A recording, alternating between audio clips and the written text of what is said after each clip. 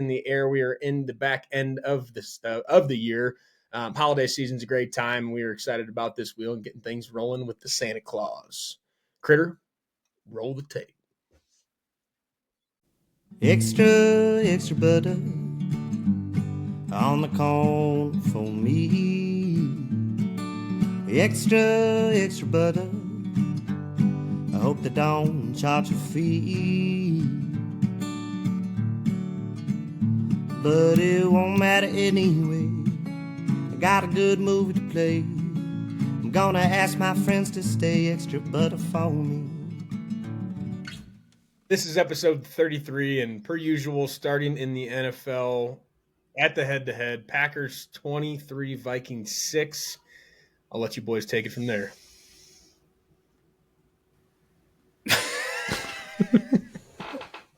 Usually losers go first, Trav, but yeah, that's kind of how it went.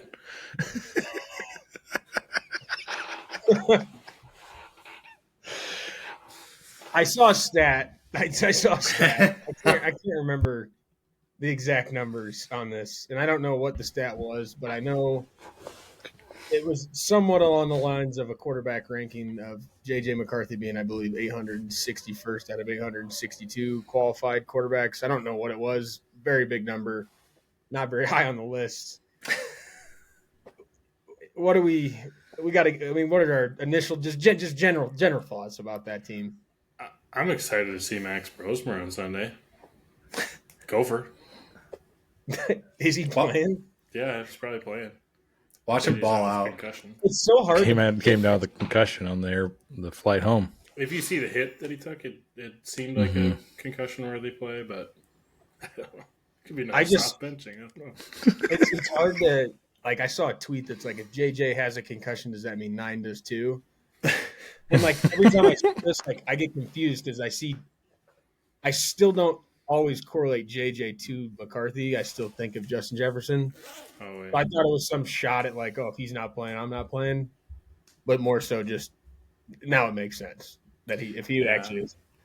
I don't know. There's so many things about him that like you want in your quarterback. You know what I mean? There are some intangibles that you're like, wow, that's actually sweet that he can take command, and he's, he seems like a guy with a good head on his shoulders, but the guy only has a fastball that he can't play quarterback and only do that in this league. Yeah. Sounds like you have a Justin Fields over there. Yeah, and our offensive line really hasn't helped him much either. So it's like... And he missed his entire rookie season. I mean, well, that's the first time. It's not like he was out really. there all in off season, and your guys' practicing. Pretty damn good. So it's like he's played some pretty good competition. They're going to give him the rest of the year. It seems like when he's healthy to evaluate. But I mean, the year's gone anyways. We'd have to win out to have any chance of anything, and I just don't see that happening with our schedule. But put Carson Wentz back in there. It just sucks. He's probably I don't think he can play football anymore. they killed him. I'm just glad. I'm glad you guys have him and Chicago doesn't, because he'd be dead man walking. Like you guys are a little bit more lenient with him, and I would be too. I mean, he walked into Detroit, beat their ass. Walked into Chicago or beat Chicago. I don't know. I can't remember that was a home game week 1, whatever it was, but. Still got the dub. I think he was walking into a buzzsaw in Green Bay because we had lost 3 games against you guys. And there was a whole nother game to play. In Lambeau. No. And the game he'd lost, so the previous game against Chicago, there were so many throws where you're like, God, you're overthinking it. The guy was open. Like O'Connell can get anybody open. You could put anybody a wide receiver and scheme him open. So you just got to hit him. It's that simple. Yeah. Yeah, I think it's pretty comparable to like the Rams with McVay, what you have in Minnesota, and like obviously and Green Bay. You can't compare. I'm just saying like Stafford, where he's at in his career, like you see the years he's had with McVay, like it's just such a knee-jerk reaction league. Yep. Not everybody's going to be good right away. Very rarely does that happen. Well, look at all the quarterbacks, like 3-year, 4-year quarterbacks on different teams, and like they're just coming into their own at the same time. Like, well, the Darnold factor is a little bit different. I mean, he was a proven pocket passer, actually had the yards, the stats in college, whereas JJ's coming from a scheme where you're handoff left, handoff right, and maybe a couple play action passes. So I mean, I think it's going to take some time if they're going to take him 2 years. I still think that game was going to be different. that game might have been a fuck ton different if that dude didn't get pushed into that punt. If that doesn't happen, the Packers still may have won, but like once that happened, it was a wrap. Yeah, because you Wrap City. You got to throw into the factor of must throw situations causing some picks too. Yeah, I don't affect. Yeah. I mean, that's a pick that's caused by that. But then the last one is just, hey, I need to make something happen, and he didn't make it happen. So I don't know. Vikings Twitter is all over the place. It's like 50% of the people just are excited to see Brosmer, and just because he's from Minnesota, there's no like an intelligent thought going in with what they're saying. It's just excited to see him. And the other half is like, give JJ time. There's this play, this play, this play, this play, this. You know, they have like a full thread of really promising throws because he made some pretty damn good throws on Sunday too. But I don't know. That's it. That's going to be I just looked up the schedule. You're at Seattle on Sunday. We're cooked. Yeah, we're cooked. Yeah, that's a tough one for that kid to get a start in. Yeah. But Brosmer seems like he's a solid dude, but we'll see. Doesn't help you win football games. But, it's like, what's that guy got to lose to go out there and just try to sling it against Seattle? Like, could secure his job for a long fucking time if he plays well enough. We have to play Vikings week 17 in Minnesota. It's a dome now. No one cares. It doesn't. No, it's always been a fucking dome. Has it really? Yeah. The Metrodome collapsed. I don't take week 17, week 16, whatever it was. I don't take that lightly anymore because the Lions were eliminated, and they were like, this is when the Lions became the Lions. Yeah. We had a chance to get to the playoffs. They didn't, but they beat our ass, and both of us didn't go to the playoffs. Yeah, I remember that game. And I don't want that to be a situation because Minnesota's always been a hard place to play. Speaking of that game, total side thought, is Jamal Williams still in the NFL? No. Mm-mm. He was with the Saints. I think they released him. Interesting. I just remember that interview of him. He's just. I just shout out fucking Emmanuel Wilson. Yeah. I gave him a shout out 2-3 weeks ago because he was running like his hair was on fire, and he did the exact same thing. And so I think it was last Tuesday, right before the trade deadline or waiver wire deadline in our fantasy league. I was like, oh, I'm going to pick him up. He's going to have a good game. It's about 10:30. We're going to bed. Lindsay, who is in our fantasy league, was like, ads. And I didn't say anything because I didn't want to give anything away. And I knew she was fucking adding him. And I was just sitting there going to bed. I'm like, fuck, I'm not going to get him. Bonehead. He went off for 25. Like, Jacob scores more than most people in the league, and like, didn't even cross my mind to put that guy on any parlays. Like, for whatever reason, Luke texted me like halftime whatever time that game was. Like, he's like, "God, dude, with Jacobs out, Wilson was such a lock," and I'm just like, and that's when it dawned on me. I'm like, yeah, of course. Like, didn't even cross my mind to think about that guy, and just eats. They run the ball well. It's like, there's a lot of people saying we were better off without Josh Jacobs. I was like, no. Yeah, I get it. It's a change of pace, but you put 2-3 games of tape on there. He's not. He's not going to be. Yeah.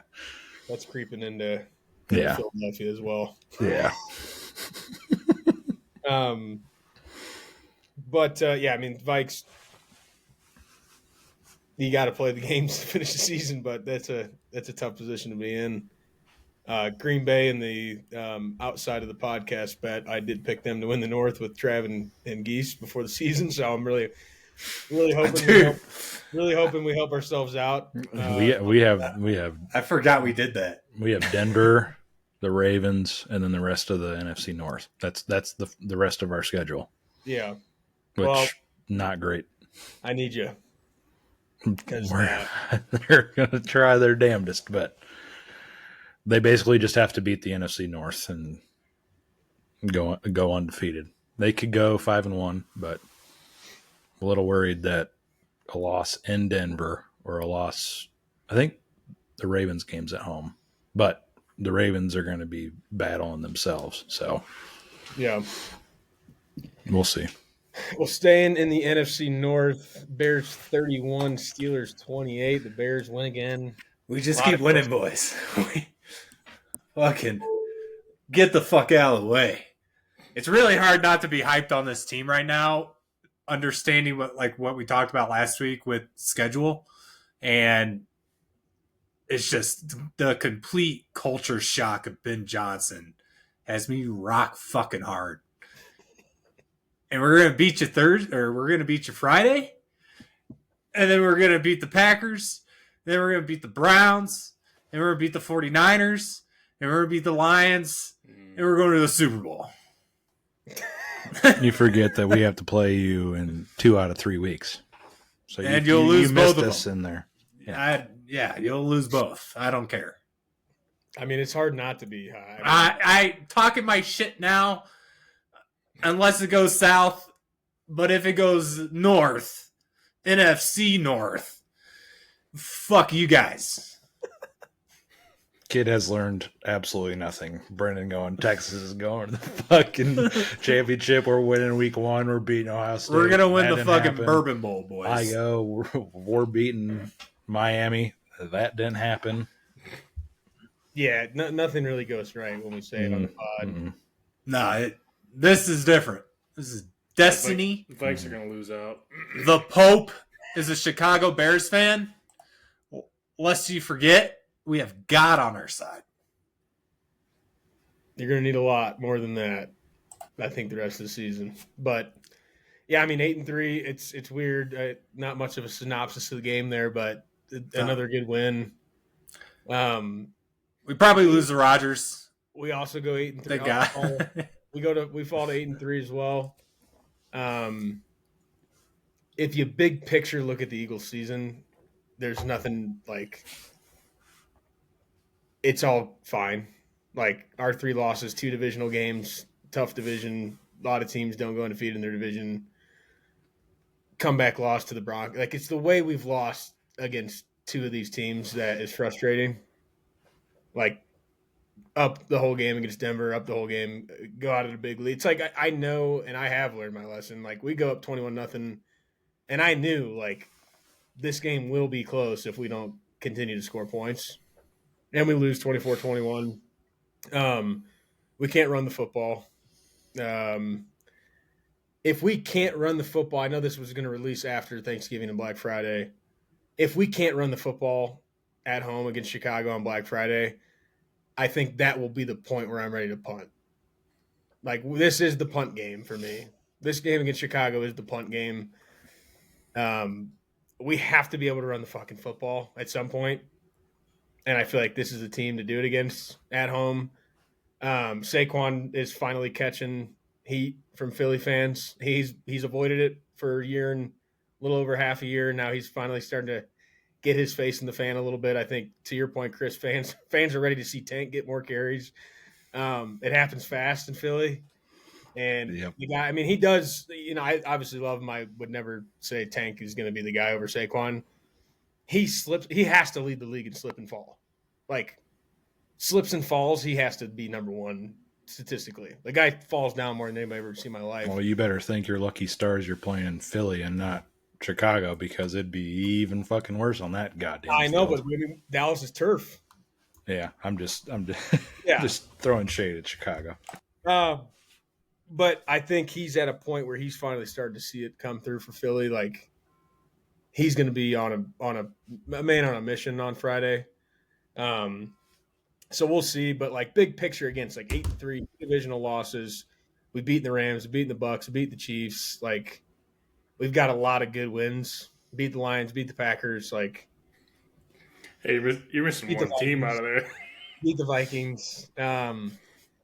It's just like the way we've lost 2 of those 3 games, like getting our doors blown off on a Thursday night against New York, whatever. Like After the Phillies lose. Yeah, it's like that was a come to Jesus Philadelphia moment. Like everything's going to go south here. But we have to be able to run the ball on Friday. This past Friday is, I guess, when that would happen. But I think it tells you a lot about where these games are. I mean, or what Vegas sees.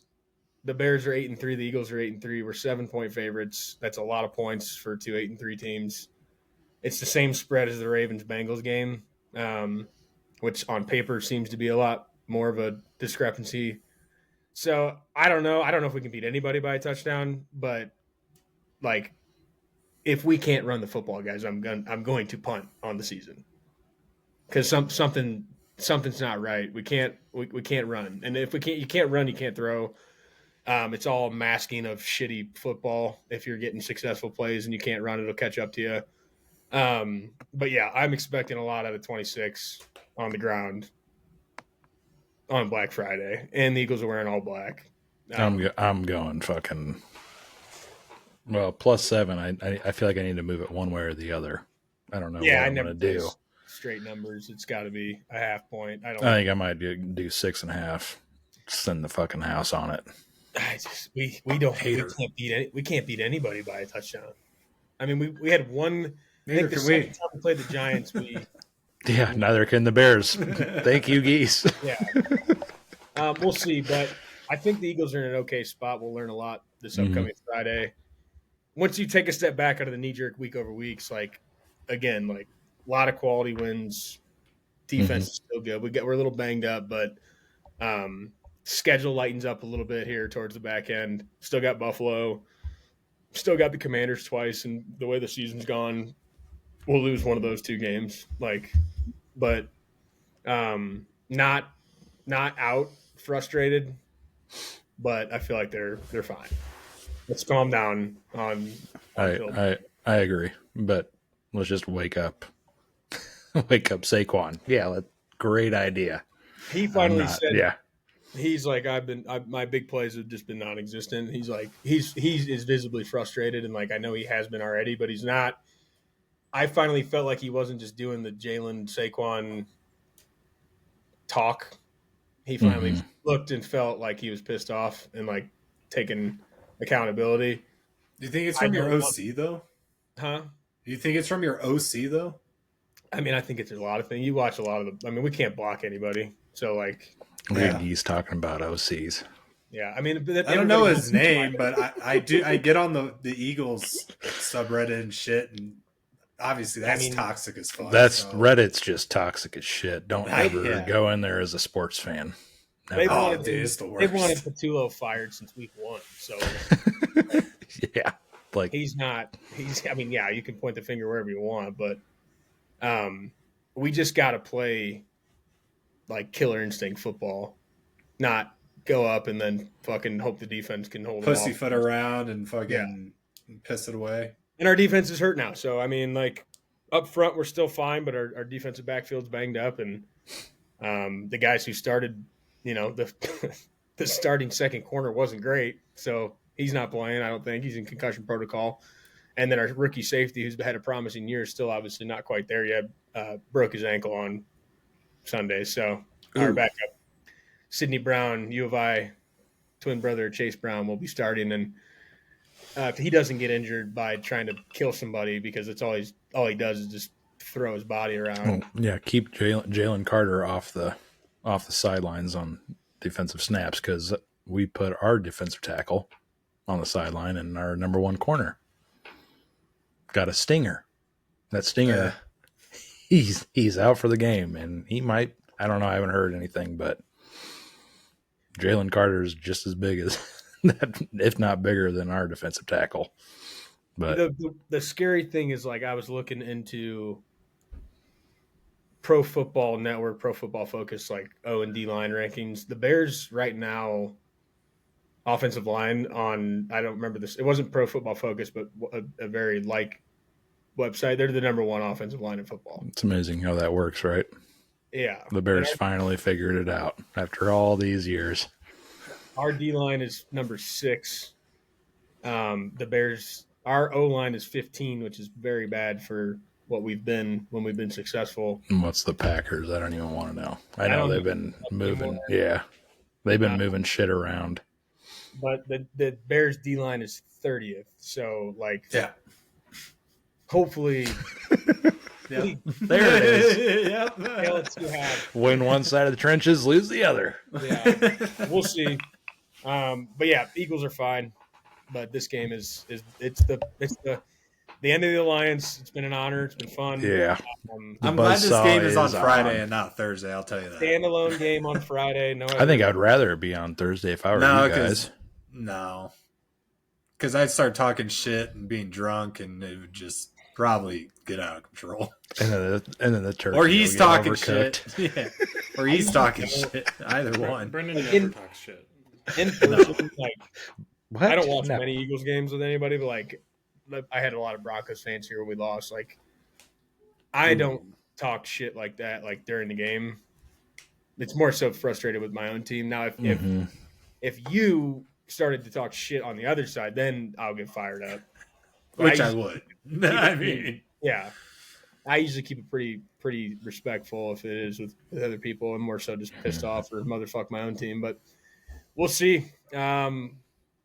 Always fun on Turkey Day for the game. So I know this is coming out a week later, but we'll see what happens. Hopefully, our little special addition to the story this on Thanksgiving that you guys hopefully will get a chance to see if you want to lose some money with us on the Turkey Day betting.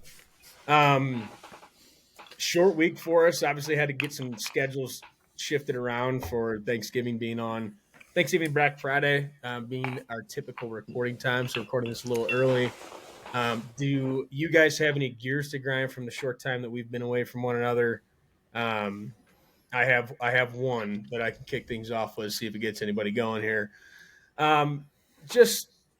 went to the Chris Kindle Market on Saturday in Denver. We're there for an hour and a half. You know, you get a brat, get a beer, glute wine, you know, like, go check out the shops. You're there for about an hour and a half. Nothing too crazy. $30 to park. Like, it's just outrageous. I mean, there's probably cheaper options elsewhere. My wife said there's been TikToks of people bitching about the parking around there, so it must be pretty consistent everywhere. We didn't park at the closest lot, just found one that was more empty. It was nice out. We walked. It's like $30, dude. We're there for an hour and like, again, it's like just jacking up those prices because they've moved this event over to a different place, and like that lot probably doesn't cost $30. no. You know, like, you probably don't have to pay for 16 hours or whatever it was just to park there. But it's like, it's outrageous. $30 for like an hour and a half is fucking crazy. That's more expensive than Rockies games for sure. Oh, easy. How much was the Uber? Did you look? No, I drove. That's why we paid for parking. Well, I know, but did you look at Ubering before you drove? We were out before. Okay. And where we were before is getting an Oscar, so I don't want to give it away. But I didn't look, but that was going through my mind while we were talking it out. Is like, it probably would have been similar to just Uber at that point, you know. So that's my one gear grind. That's just like Lindsay does have to deal with parking. I don't know how much they pay up here because I don't have to pay for it because, well, Lindsay's in charge. But $30, that's like, I would be surprised if, like, just parking just in a regular parking spot for a Broncos game or a Nuggets game, Avalanche game, whatever, like, that's, I don't know where the Chris Kindle Market is, but I'm sure it's like, it's just kind of crazy. That's like almost like in Green Bay, Well, they moved it to an $30 area, across the like, street from Lambeau. yeah, they moved it to an area that's like more open so that there is more parking and like the event's bigger, more wide open. But like the lots around there had to have just like the app I used to Yeah. park for work. Most of those were like turned off, or maybe Yeah. they're owned by another company. But yeah, it's like supply and demand. there's what we definitely call an that. influx of pricing for parking over there. But They should max it out at a crisp 20. Yeah, Sure. that's even. 20. Yeah. Especially in this economy. Hand it over. 15. Yeah. And they're like, fuck. Well, pretty close. Yeah. Get me in there. yeah, Here's your 20. At least 30 20 is like yeah. even bill too. It's like Right. Mhm. if you had cash, I'm assuming you Yeah. had card. it's all Even the sign. there's not 30. Fuck you. Yeah. Yeah. You don't even see it. You just go in. Yeah. Why am Yeah. I seeing a 3 on here?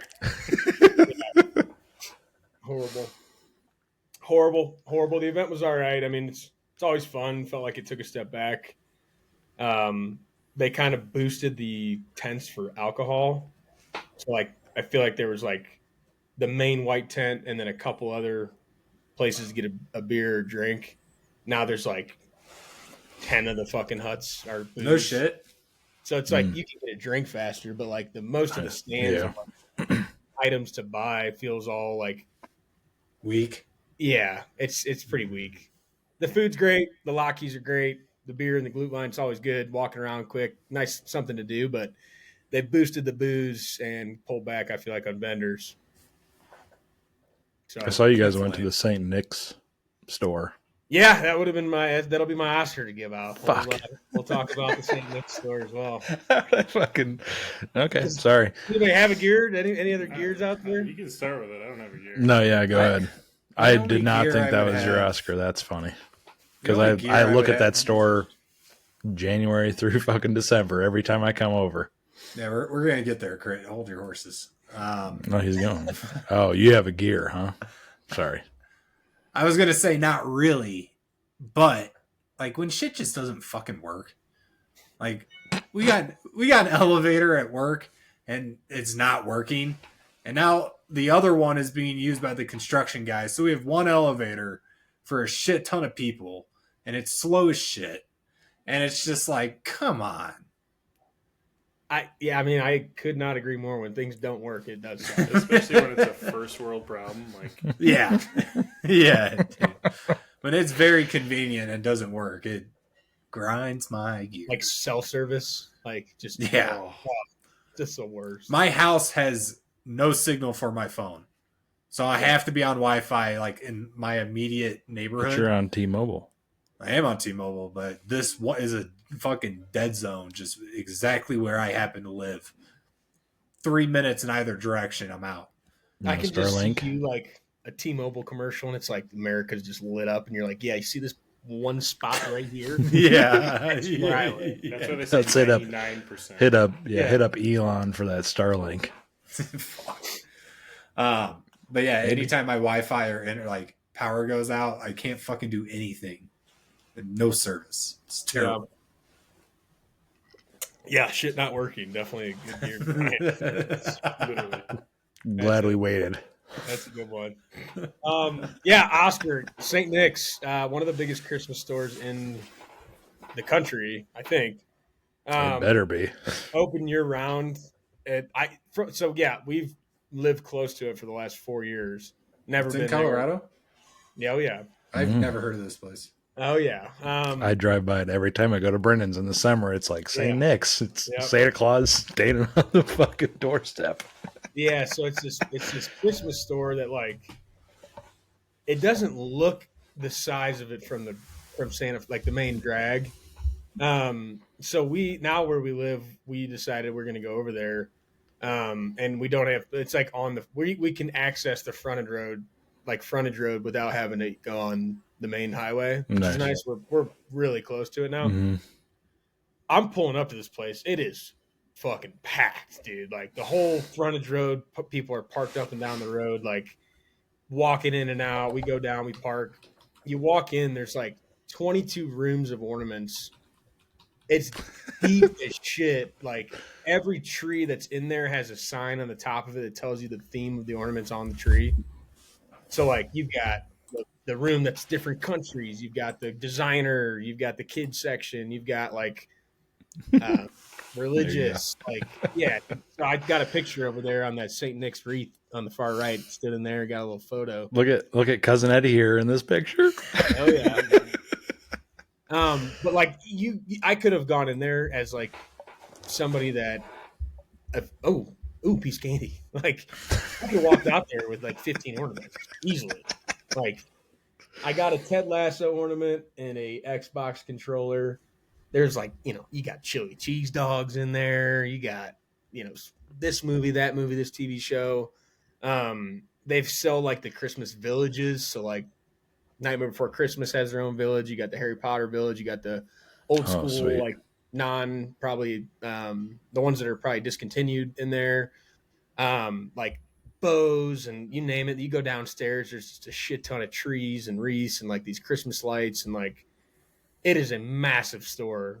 If you haven't been, it's probably you could go once a year, I'd say, or like honestly, just to get an ornament annually. Mm-hmm. I'd probably go like not now because it's just packed down there. Like you could go in July, it'd probably be a little bit less busy. But it's a cool place for like a lot of clearance items in July. Yeah, like this store, like for a year-round Christmas store, it's impressive. Like you go in, dude, there's shit everywhere, but it doesn't feel like it's disorganized. Like there's shit literally everywhere, but it feels like it's all set up well, and it's a cool experience to go check it out. So yeah, we finally went. A couple ornaments, could have bought 1,000,000, walked out with 2, and added them to the tree that is in my room because the cool ornaments can't go in the living room. So, well, you wouldn't be able to look at them because if you're always on the box or computer, like it's in your office. It's kind of where you want that stuff. Yeah, I don't hate it. Chelsea probably hates it in the living room. No, it's never out there. Sometimes I'll pop the Taco Bell ornament out there and see if she sees it. My mom used to take us to get ornaments all the time, like every year for Christmas. And I think at like age 8, I started just to get the biggest one I could find. It's like a massive blue egg, something that looks like Yoshi's fucking head, like just the most ugliest shit you can imagine. And every Christmas I'd start and put it right on the front, so you'd have to look at it. Was the Christmas tree up yet, boys? Oh, dude, Sunday. My Christmas tree was up November 1st. Yeah, mine was up November 1st as well. Yeah, ours went up this week, which was 2 weeks after you guys. After we had cleaned the place for Thanksgiving. Home, makes sense to wait. We needed to take the storage bins home. I was like, Lindsay's like, well, we should put up the Christmas tree. I was like, yeah. And after we just mopped, vacuumed the floor, let's get all the glitter out. And Trev? Trev's been talking the whole time. Oh, he's back. There he goes. Talk to me. Yeah, I keep getting little leg There you spots. Go. No, you're good. Go ahead. I don't even know what I said. We don't either. No, it was since I haven't been home. We're putting it up on Sunday, so I'll be a little bit behind, but excited. I just bought more Christmas lights today. It is nice. I do like having it up. I was a after Thanksgiving guy growing up, but when it is up, it does. It is a for up cozy to me. I'd have it up all year. Yeah, I mean, I don't hate that. I love not having, like, when you have Christmas lights in the house, you don't have to have big lights on. Yeah. Everything's just kind of chill. Yeah. Big positive. Less power usage, too. So we got any other Oscars from the boys here? I'll toss one out. First one's just being home. Yeah. Not being in New York, but giving an Oscar to the state of Minnesota. The other one I had was the fact that I have a backup for football. I can now rely on my college football team and being the number one team in the nation. But we're going to have hopefully finally beat the team up north this weekend, Michigan. So we'll see, but it's not all lost when you're 4-7.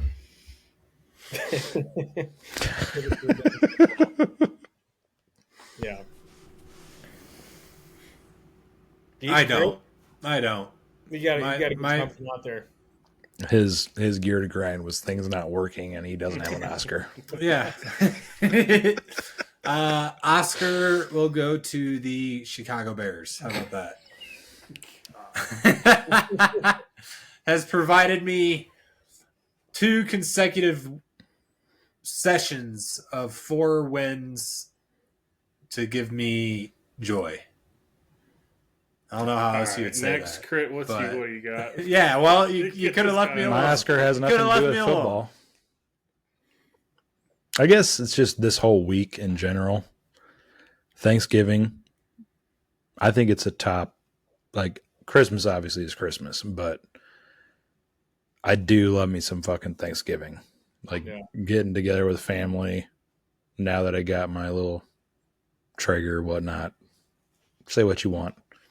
Still get to smoke me turkey breast. Still get to do my smoked cream cheese appetizer. If you haven't done it, do a smoked cream cheese. Get yourself a spicy or sweet jelly, or both. You said say what you want.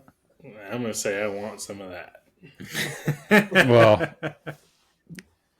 Traeger is the key word here. But Yeah, hell yeah. if you have a smoker, whatever it is, throw yourself a block of cream cheese. It isn't hard. Just slice them. You can do it Thanksgiving or not. It's a nice little appetizer. Get some crackers, get some jelly, or not. Get some honey. It's fucking fire. But yeah, Thanksgiving, just good time. Football with family. Usually got some at the dinner that have teams that are shitty. You have teams that are good, or you have both. And you have, I guess I don't have any of that, but Lions and Packers. It's only Packers in my house, but yeah, just a good time all around. Good food, good people, and you also have during this week is college basketball all fucking day long. Feast week. Feast week. Get a little. It's not March, but it's kind of a little appetizer, like the cream cheese. I think Thanksgiving's always one of those days and weekends and weeks that like lets you know how fast time's flying too. Mm-hmm. Yep. What happened to this month? It gets worse and worse the older we get. Every year is faster than the last. Halloween and Thanksgiving is the first one, and then once you start getting commercials for the Masters, I'm like, oh, it's over. It's over. And then it's Thanksgiving again. Yep. It's all like as you grow up, that's what you always hear, and then you get to the point where you're like, they were right. Right. Those sons of bitches. I know we're recording this before Thanksgiving, and this is coming out obviously well after, but we're talking about it. You guys got a table full of Thanksgiving food dishes, main sides, apps, whatever. What are you not touching? What do we need to just get off the table? Cranberry sauce. Anything I was going to say cranberry. Get it out. Yeah. Get it out. I don't know why we need it. I don't know why we need it. Like who? It's just I don't know. Someone said they liked it, and Our last guest loves it. Yeah. Yeah, they put one can out and they kind of chop it up with a spoon. It sits there all day. Some people do that. That looks the worst. Some people Yeah, do That's like the worst. nice The homemade cranberry one sauce. stuff is really nice. The homemade's Still probably won't. better, but Still still. would never No touch thanks. it. Never would touch it. Still looks know. okay. I think. But the main Gesse will throw it problem on his is- sub. The main problem is there's too many things I can't take off. I'll eat too much ham. I'll eat too much turkey. I'll eat too many buns. Too much mashed potatoes. Too much, Yeah. Why I might put catch Yams. celery on there?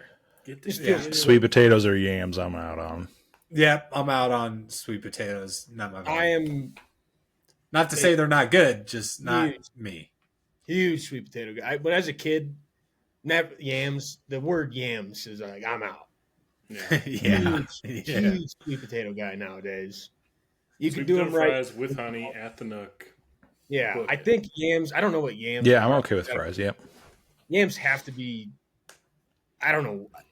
They can't be sweet. Like I know it's sweet potato, but the word yams, like I'm not in on that. I'll eat sweet potatoes. Like you can do those right. The only Yams. time I'll use yam is like somebody dunking on somebody. Yeah, Shout out Uncle Ronnie, it's like our Brendan, Uncle like our- Ronnie. That would be his dish. He'd bring sweet potatoes, and it's like that's all somebody's he did. That's all he needed. I flipped on that. Cranberry's not, but you just like you put the fucking marshmallows on. You try to do whatever you force people to eat them, and it's just like I'm not eating. No. Now we are making a sweet potato dish for the Thanksgiving that we are having. We ate it this week, and we eat sweet potatoes all the time at our house. But it's like Yoo-hoo, Trav. Yoo-hoo's great. It's not chocolate milk, right? We've had that discussion. It's chocolate drink. It's a chocolate drink. Yams are not sweet potatoes. It is. No. I don't know what it is, but it's not. It's not as good as what Yoo-hoo is to chocolate milk. Yeah. Yam is the common name for some plant species in the genus Dioscora in the form of edible tubers. That's Google. That's Like, what the something I don't fuck wanna does eat. that mean? Can you? Doesn't sound like it should come. I almost want you to screen share it so we can actually read what it actually said. come in a can, all right. like gelatin. Trust but verify, right? Tubers. Fucking pull it up, Crit. Type in yams in Google. Did you Here just we go. search yams? Yeah, just yams. Dunks in college basketball.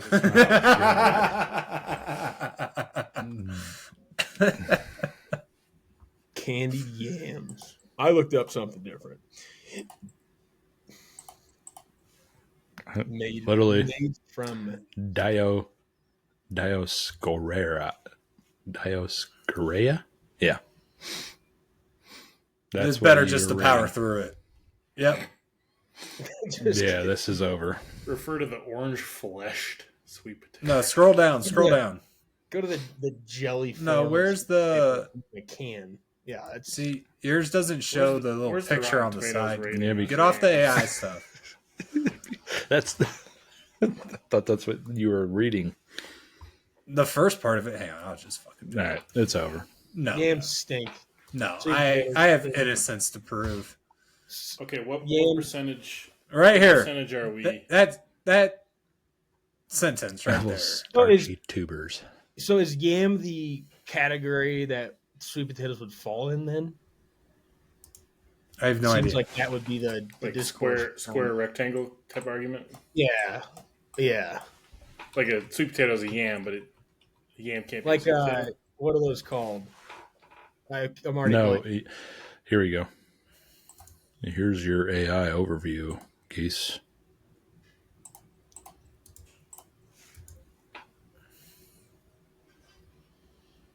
No, yams and sweet potatoes are not Different the same. family. That's why they have different names. Go ahead, Gesse. The Morning Glory family. Yeah.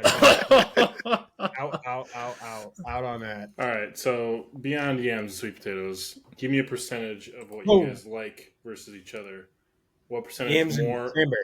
Yeah, no, turkey versus ham. Are we leaning more turkey or leaning more ham? I'm 50-50. Thanksgiving turkey. You have to have a turkey, but I do Yeah. like having ham. Lately, with a smoker, I'd say turkey. I love If you do it both, right.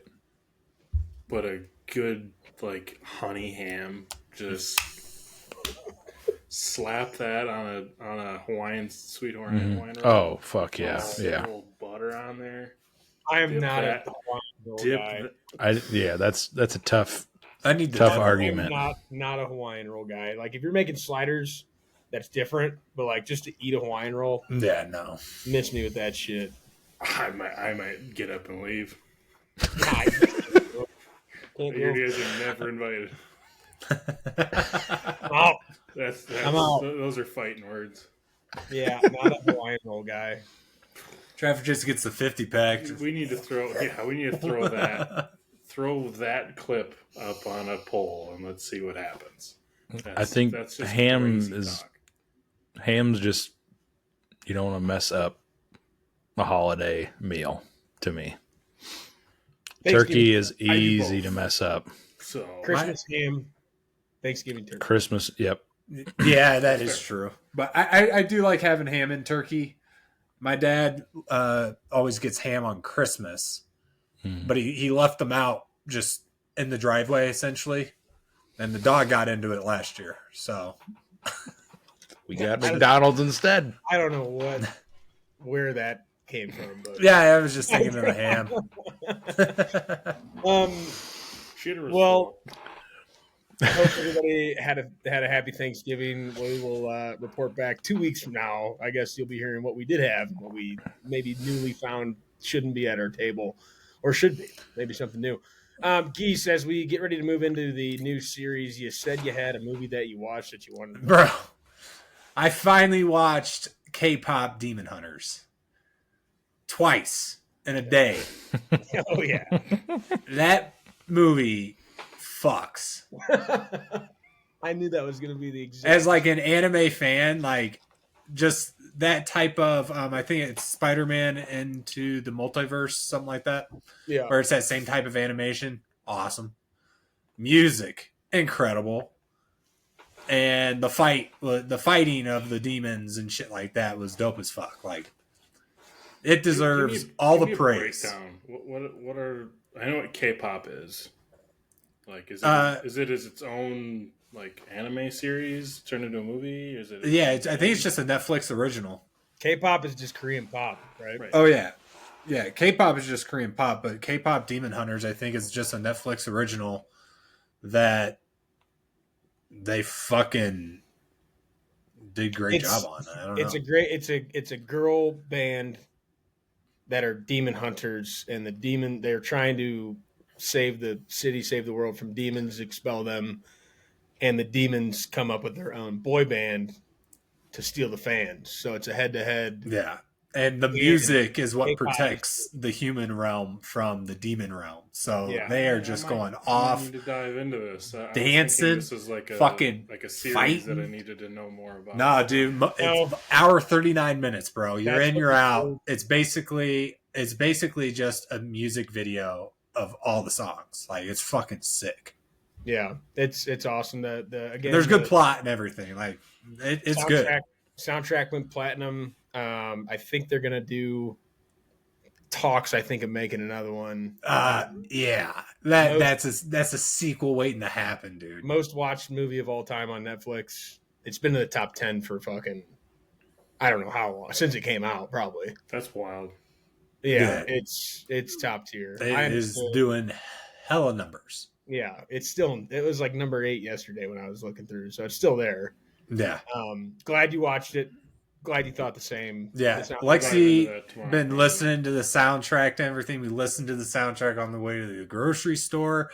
I watched the Saja Boys today at work. Yeah, the video clip of Your Idol, which is fucking amazing. Good tune. Saja Boys versus Huntrix, Trav, are the band names. Okay. Huntrix and I'll watch it tomorrow. Dude, yeah. must watch, man. It's a must watch. It's good. Got some bangers. That movie fucks. And speaking of movies, moving into episode 1 of the Christmas movie series. Built out the wheel at the end of last episode. If you want to see what's on it, stick around to the end of this one to see what we got, or go back to the old one, check it out on YouTube. But what we did land on was the 1994 classic family comedy, The Santa Claus, starring Tim Allen. Trav, snapshot about what we watched here before we get into it. Yeah, I mean, what a classic, mid 90s. You just can't beat that era of holiday movies and feel good kind of at home movies. Tim Allen, busy work dad, divorced dad. Kids split parents, co-parenting, whatever.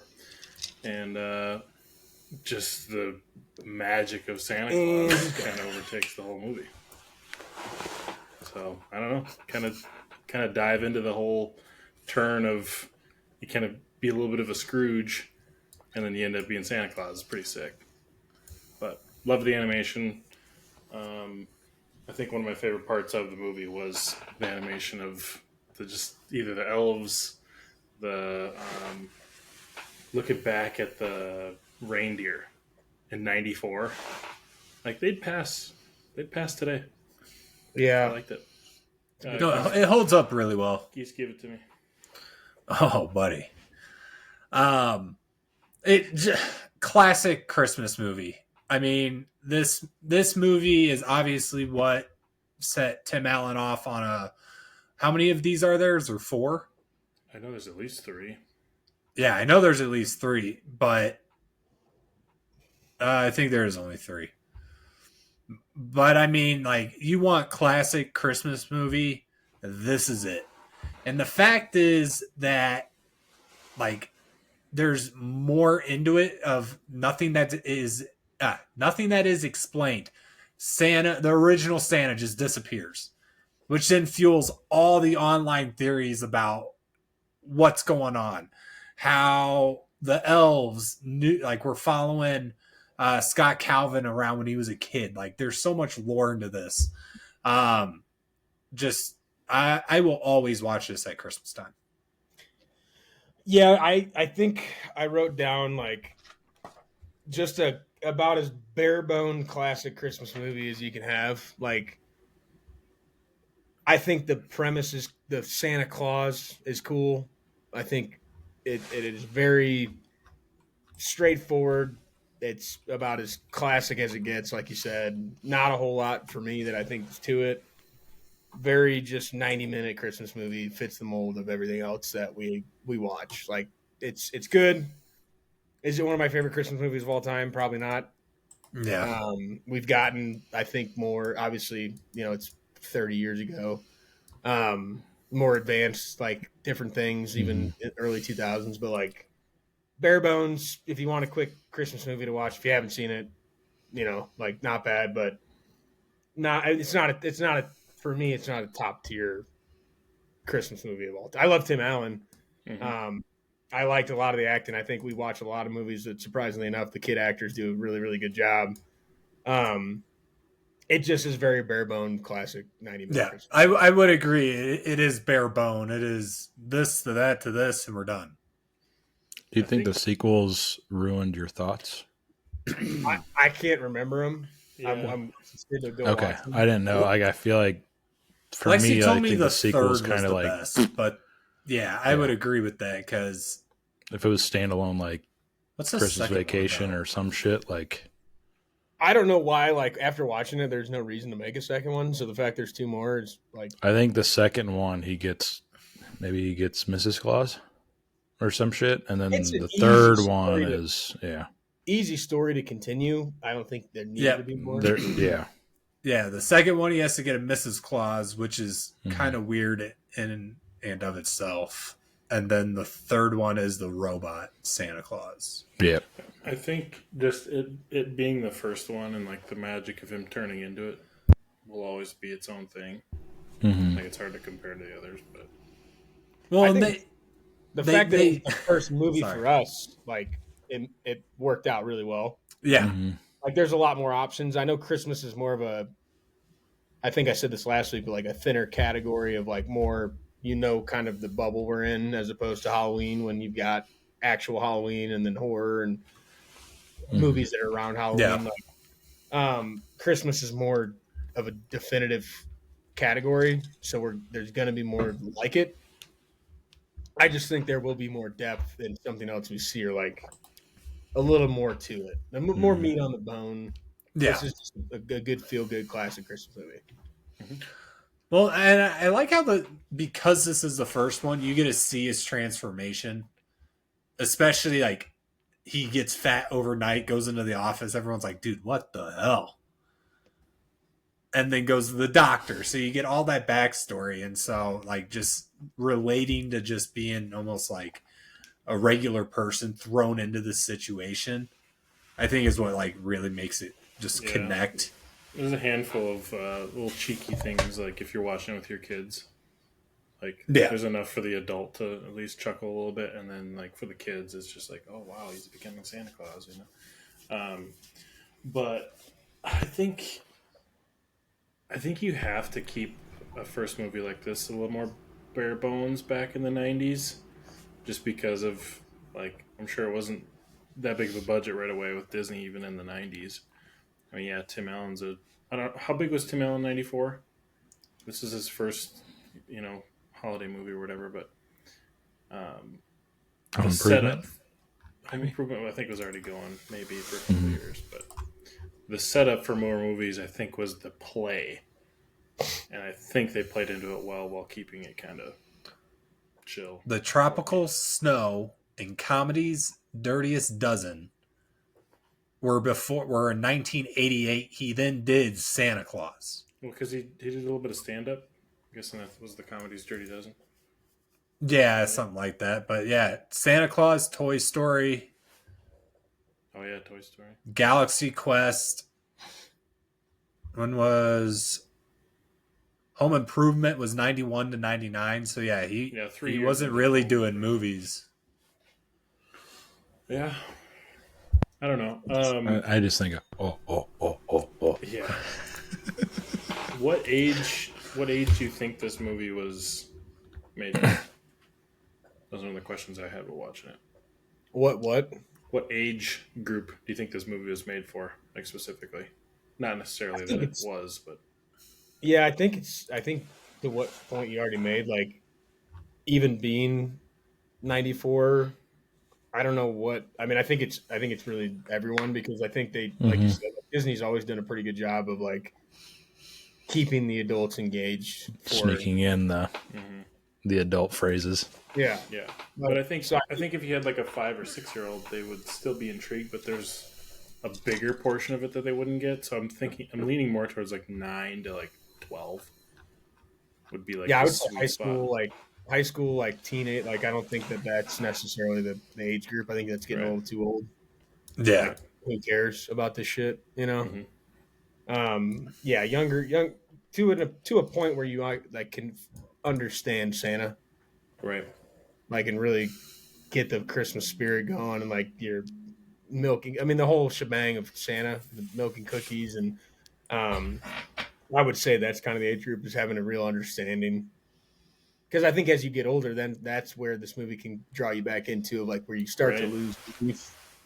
And then you see something like this, it's like, oh shit, you know, like this makes a lot of sense. Right. Can we talk about the money grab that Christmas movies is, and the fact that you can watch them every year?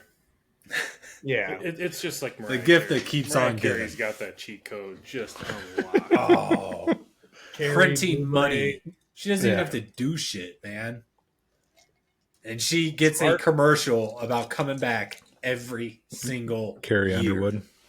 Sunday night. Yeah, it's like Michael Bublé has a show every year, like little Christmas tour. It is a huge money grab, but it's a smart business move for them that have gotten into it and to be as big as they are. Like, you could just not do shit for a year, and then here comes the Christmas tour, and you're good. People are still going to go. Yep. I'm sure they put on a great show. Like, Mannheim Steamroller, I think, is what comes through town every fucking year. I think it's like an orchestra or some Christmas thing. The Trans-Siberian Orchestra, I know, is a big one. Yeah, Cirque du Soleil does something, I think, too, in the New Year's I want to look where the holiday season. Trans-Siberian is from.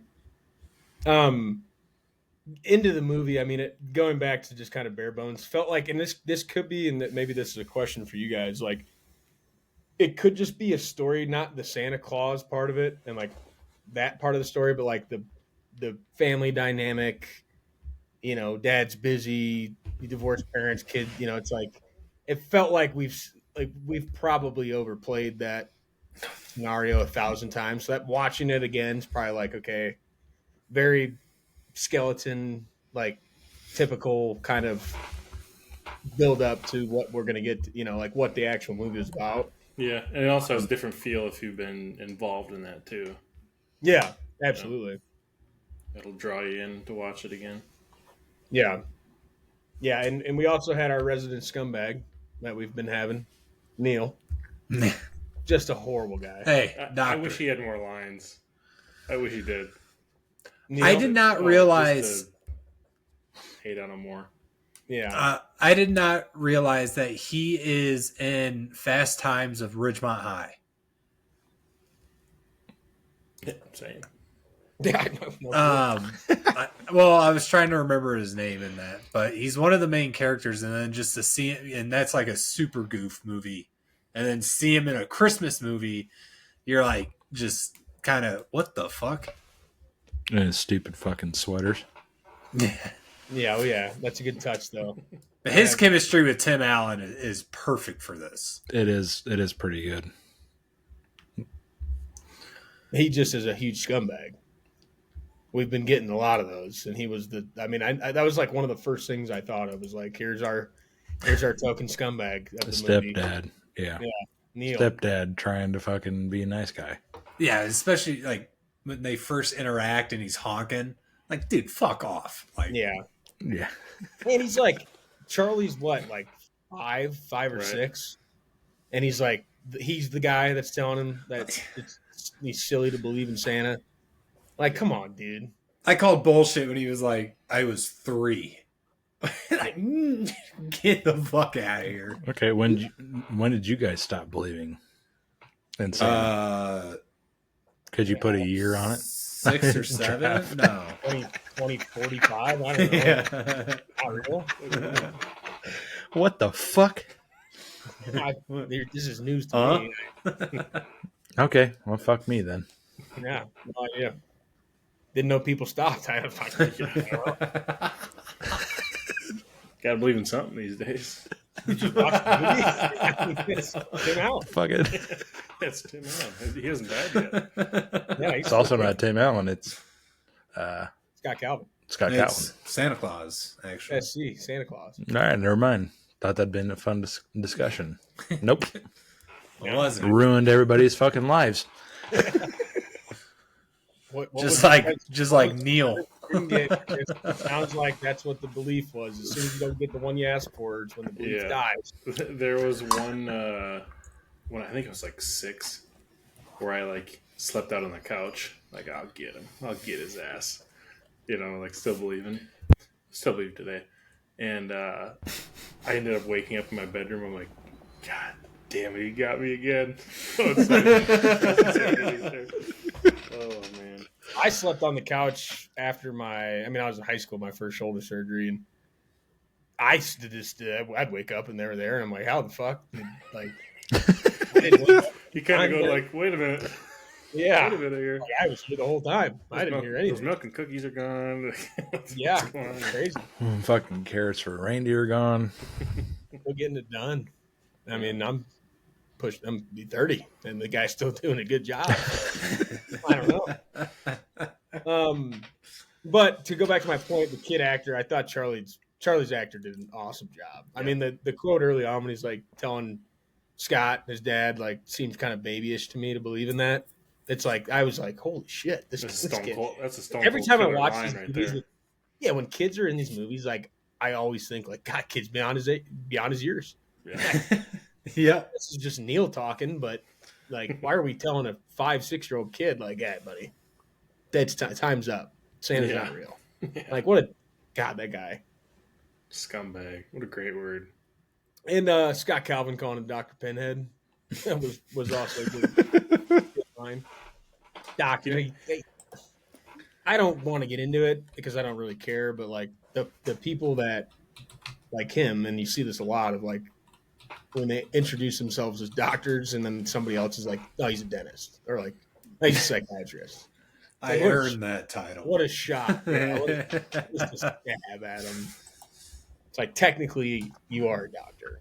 Yeah. But it's funny when people are like, no, you're not. Like, let's be real. Like, you think Santa's not real? You're not. It's Dr. Professor Patrick, too. Yeah.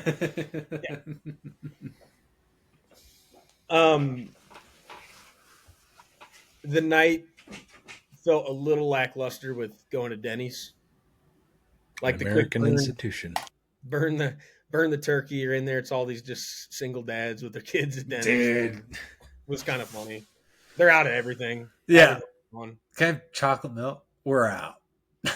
Yeah. Okay. Don't worry. They've got I'll that take- great apple pie. I thought he'd order water. I'll take regular milk. That just kind of threw me off. And obviously it makes sense, but in the moment, like if I tried to order something and they didn't have it, all right, I'll do water.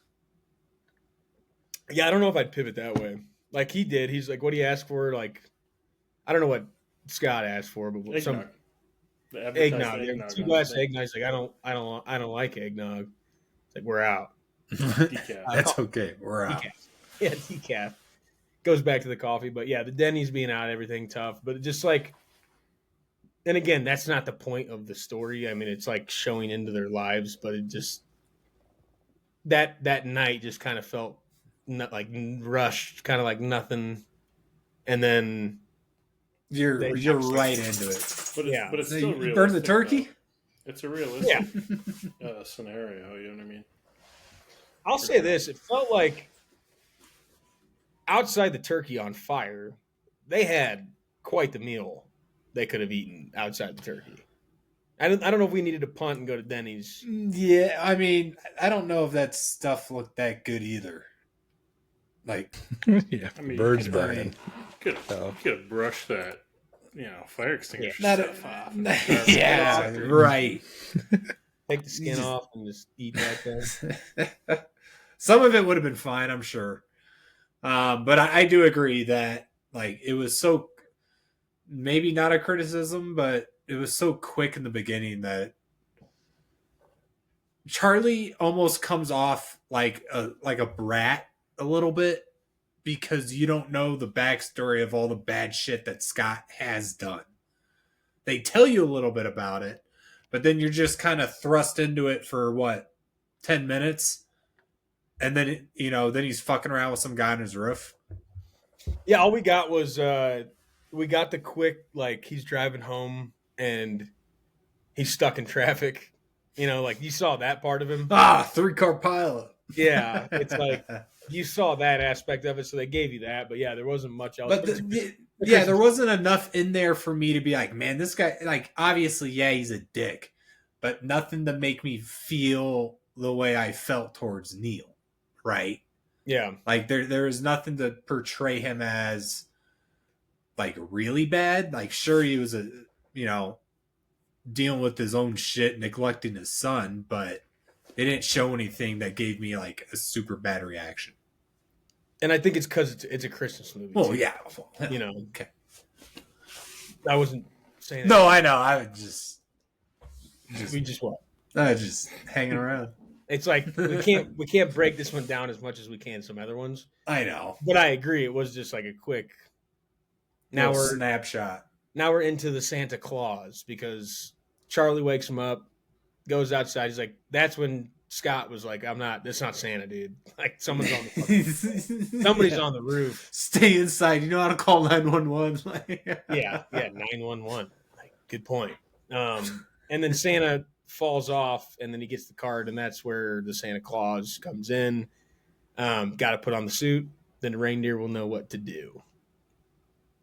Charlie gets to the roof, the ladder, the whole ladder thing with the book, and then it was very confusing in my head to try to follow, but it was funny. Like Charlie's just repeating the book, but he's like not at all what the book meant. Right. Like, hey, ladder, And they get up there, Charlie's playing with the reindeer, and then, Scott's got a decision to make his kid happy or continue being a dick, and puts a suit on, and the Santa Claus is now in effect. Do you guys put the suit on? No, he was still I don't know. He's in the sleigh with reindeer. He's like, I don't know if I'm gonna put it on. I gotta jump in here with my boxers on. Yeah. Do you guys put the suit on? Yeah. Yeah. Yeah, I mean, when you're with your kid, like, they're asking, you got to put the suit on. No, kid or not. Yeah. Suit's going on. I'm probably putting the suit on. Him. I'm him. If that exact scenario happens, yes, the ladder comes up and you go up. There's reindeer. Oh yeah, man. I'd be If a all guy over that. fell off my roof and just disappeared, and there's a Santa Claus costume, and I read that card, probably not putting it on. Oh, If I didn't see the reindeer, come on, yeah, you would. if I didn't see, I don't know. Could be framed. if I would have to I'm see putting the it on. reindeer. I'm saying it Yeah. now. I would have to see the reindeer and the sleigh to do it. Like, yeah, without that to show me that that's how he fucking got there. Yeah, probably not. I think Just this see a is. little magic. Yeah. I think this is one of the more unique movies in terms of like the way that they portrayed Santa's powers working. I don't think we've really seen the bag just refill. Like we see the big bag, and shit, maybe it just never gets empty. But we've never seen the bag empty, goes back in the sleigh, new toys for the next house, or like the way that they got him down chimneys, or like a chimney would appear, like how Santa would enter a house. Like that part of it, I thought I still don't know off the top of my head. Like I don't think I've seen that again. And I it thought that plays was- into kids. Like if a kid's watching Yeah. that, they go, "Oh, of course, we don't have a chimney, but he makes one." Yeah, What did I think of that? yeah, like yeah, we don't have fireplace. Santa will get here. It's like the kid sees it, like, oh, shit. Yeah, it does a really good job at answering all of like kids' questions. Like Trav just said, how do they get in? What does he eat? Where does he go? Things like that. What does he look like? Yeah. And how does he act? How does he know? Goes through the list. It gets mailed to his house. Like, they make a lot of things logical. My favorite quote of the movie, and I think where I laughed the most, was the second house they go into. And he's kind of a bad Santa. He's not bought in yet that he is going to be Santa. And he comes down, and the girl's like, Santa? And he's like, Scott Calvin. I just, like, unexpected, just started cracking up as soon as he said that. Like, just, that's funny. Like, That Santa? was good. Scott Calvin. Scott Calvin's coming down the chimney. But yeah, just a shitty Santa knocks down the tree with the canoe and throws the oar on it. Like, not at what point, again, we have this talk in a lot of movies. At what point for him, like, and we obviously see it, but like, you're just like, dude, none of this is normal. Like, you are Santa now. Yeah. Like, you just went doing this tube that you're like, no way, I can't fit. Yeah, you can. And there's not a fireplace down there. I think the moment he gets to the North Pole, like, we could probably cut out the whole rest of the movie. You go through a night like that, and then you go to the North Pole, and there's elves, and they have a workshop. I'm bought the fuck in. Counterpoint would be you wake up in your own house. Now you've got the pajamas still on.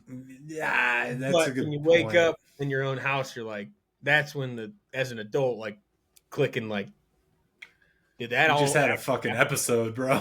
Yeah. last night, or like I gotta go to the doctor and make sure I don't have a tumor. A Like little too much tryptophan in that turkey I had last night. yeah. And I think they did a really good job playing on that because a kid is Charlie. Like, that's all. Obviously, he's believing it. Right. That Scott's not. And Charlie's telling mom all about it, and like the way they portrayed, like, oh yeah, Judy gave him the pajamas, and like you got some girl coming over and sleeping at the house. It's like, oh, Judy was the waitress at Denny's. Like, oh, the waitress at Denny's is giving you pajamas. Like the adult interaction there, from the pure like authenticity of the kid, was they played that up pretty well too. Mm-hmm. And that's where it's like the chemistry between the main actors is so important for this to really hold its weight over the years. Is because they can just look at Tim Allen and be like, dude, what the fuck are you guys doing? Because of Charlie's, just being so honest about it. Yeah, we went to the North, and it's so detailed too, where you're like, how the fuck is he coming up with this shit? Yeah. While they're at the North Pole, Judy, the actual elf, when she's talking about been working on this recipe for 1,200 years, and he's like, you don't look bad for your age. And like, oh, I'm seeing somebody in rapping. Like, just the how they're interacting is that this is just normal life for them. Yeah, Like, seeing somebody in rapping. yeah, just classic. Great play for Scott Calvin's initials to be SC. Huge. Like the Santa Claus red silk pajamas SC, like very believable. Like he's, again, this is like, it would be weird if Alex Geisler had SC pajamas on. Right. You know, what? Why are you picking on me? Yeah, just your name's A, letter of the alphabet. But like SC is more believable for Scott Calvin than it would be for James Bond. So, Fact or fiction? Fact. Yeah. um, Hard to argue that one. the parent show and tell, Charlie just keeps this whole thing going. I think that's when Scott gets in real trouble. Yeah. Like the kid's got issues type of trouble. Yeah. Like, dude, I don't know what you did with him last night. Like, you took him somewhere. We're talking about a Denny's waitress. You're wearing these red silk pajamas. Like, your kid thinks this all happened. Like, what the hell is going on? And like he gets, hey, Dr. Neil, I want my dad to go first. And he starts talking about he works at the toy factory. And he's like, no. Like, we're at the North Pole. Bernard and Judy and all these people are real. Yeah. Dad, you're not talking anymore. Charlie's now talking about that. Well, imagine like just being in Scott's shoes.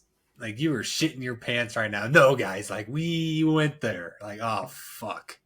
Teachers there, parents are here, his friends are here.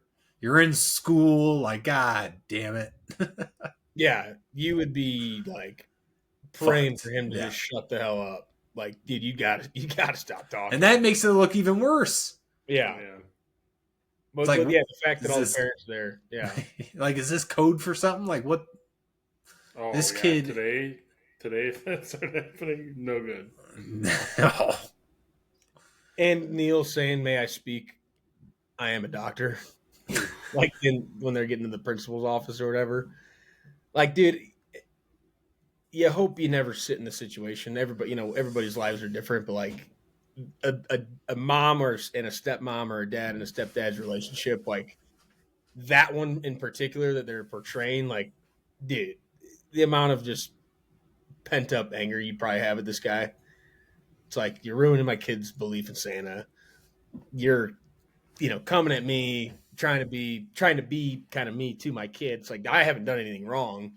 Right. And this guy's a know-it-all. It's like, you just want to feed him one of these. Yeah. Like, Neil's going to catch one, little knuckle Sammy. Yeah.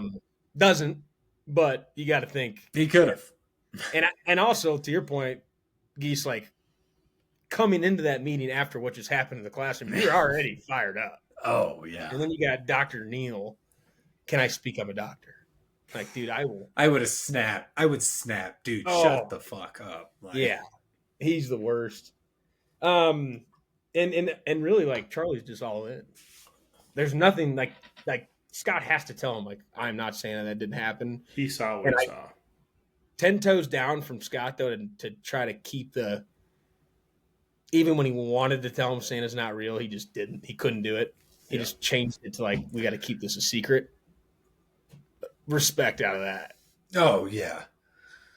Even if it just comes down to just pride of screwing over Neil and whatnot, like, no, dude, like, he's the one telling you he's not real. I will not do it, regardless of where that puts me. And it's part Fuck of the that dude. transition too. Like, Right. I feel like that's part of the transition of him turning into Santa Claus. Like, he's turning to be nicer. He can't say say no. they don't. Yeah. That's a good Yeah, point. I mean, you see that because he starts to gain the weight, growing a beard, at work, ordering dessert, like bunch of desserts, like just naturally. I love that scene. Yeah, I'll take a salad, no dressing. And on the side, I'll take a chocolate chip cookie. Cheesecake. On the side, though.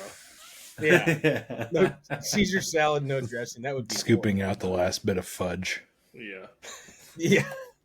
And they have the pitch for the Santa tank, whatever the hell that And was. he's like, No. That is just not right. We're And I would way know. too much money. Like, it's a business. We're trying to sell toys. Like, we can really simplify this, make things cheaper for people to buy. Like, what about the reindeer? Like, tank. You think Santa's just strolling down the street in a tank? Like, this doesn't make any sense. It's like, well, in the toy world, it does. It's like, no. But all those things are, like, it was also cool. A good acting job by Tim Allen. like the fluent. I don't know what the word is. Like the way it came off, like very well done. But he's very fluent in this delivery of those. Like I don't know what word that is, but made it seamless. I guess would be kind of a good word. Yeah, there. like you're trying to say like his transition without him being aware of it. Right. You know, yeah. Like not he's being just aware of it. naturally. These are just coming out. Yeah. And it's just happening not only physically but mentally, and the way he's talking, and like he's basically losing his job. Oh yeah. But still That all means- in on like, yeah, we need to have the reindeer. That's it, non-negotiable. Yeah. Yeah, like this is the dumbest idea I've ever seen. This doesn't make any sense. And he obviously at the beginning coming off of like the award-winning Midwest market, top 2 salesman or whatever the hell it was of the year, and just shitting on this new toy idea because this is not that is not Santa Claus. We're not doing it. And I that would way. know. Yeah. Gray hair, grayer beard, grayer hair, at the doctor, run on the treadmill, healthy as a horse, heartbeat starts playing Christmas music. That is hilarious. That was funny. And like when he takes it off for a second and then puts it back on and finishes the song. Yeah. Very good. I do like how they show it that he's dyeing his hair, he's shaving his beard, and like, Doc, I did this at 6 a.m. today. Yeah, how fast the beards grow. And he's like, oh, it must be hormonal. Like, The doc trying to like come up with reasons why this shit's happening. 'Cause it's, like, never seen anything. Yeah, maybe we lay off the sweets. What's your diet like? Well, I lot of didn't dessert. finish the glass of milk. milk and cookies? Yeah.